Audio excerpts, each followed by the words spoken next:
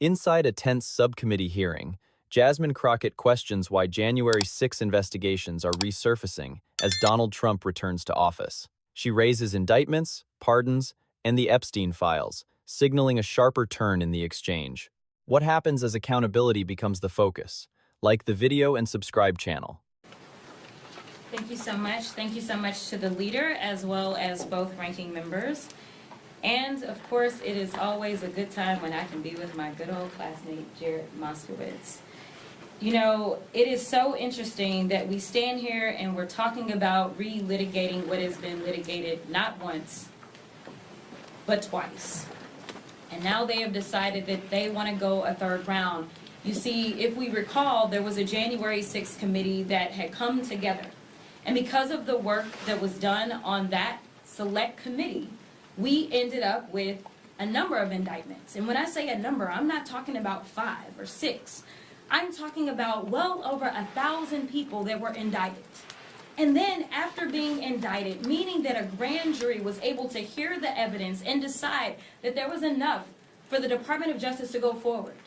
We had a number of cases that were tried. We had a number of defendants that actually entered pleas of guilty.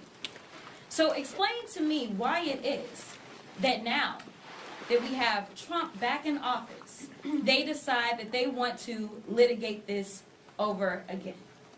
Here's the reality. I can tell you that the results will still be the same.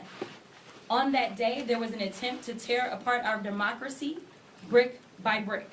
In fact, they laid the foundation, unfortunately. She outlines prior indictments and convictions, emphasizing legal outcomes. Will this framing shift toward questioning renewed investigations and motives ahead?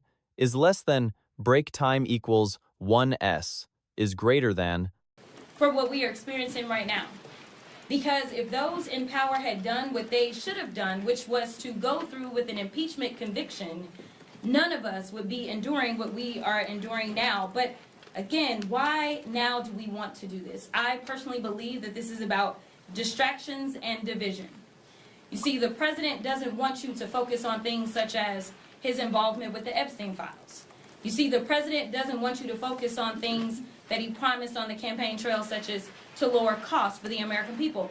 The president doesn't want you to focus on his failed secretary of HHS and the fact that we know almost 100 children.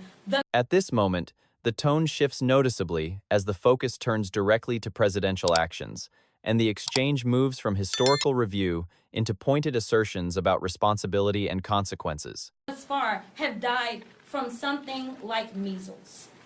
He doesn't want you to focus on the things that truly matter to the American people that are trying to survive now. Instead, again, he wants to divide and distract.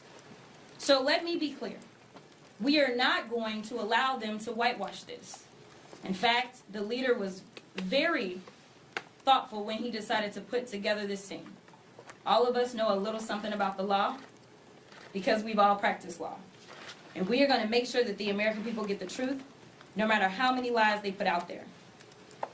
On January 6th, Donald Trump not only incited the attack, he doubled down by pardoning those violent insurrectionists. Attention turns to presidential actions and pardons, heightening tension.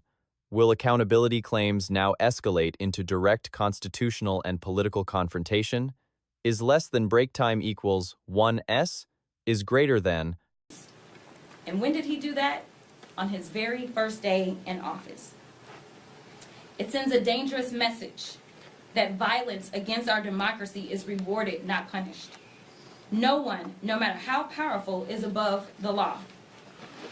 On this subcommittee, we will follow the facts. We will expose the lies, and we will continue to hold accountable those that try to overthrow the will of the people, including the president.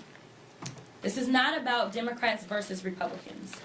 This is about defending the Constitution we all swore an oath to uphold. The American people deserve honesty, accountability, and leaders who will protect democracy, not tear it down. I am committed to making sure that the American people know the truth about January 6th and remember all those responsible for the defilement of the Capitol. And with that, I will turn it over to Jared Moskowitz. This exchange underscores how the January 6 investigation continues to reverberate through current congressional proceedings. Lawmakers are revisiting prior findings, presidential actions, and the broader implications for institutional accountability. As discussions move forward in this subcommittee and beyond, questions surrounding executive authority, prior indictments, and legislative oversight remain active. The coming hearings may further define how Congress approaches oversight involving a sitting president. For viewers following these developments, the procedural steps, witness testimony, and official responses will shape the next phase of this debate, leaving the broader political and legal landscape still unfolding.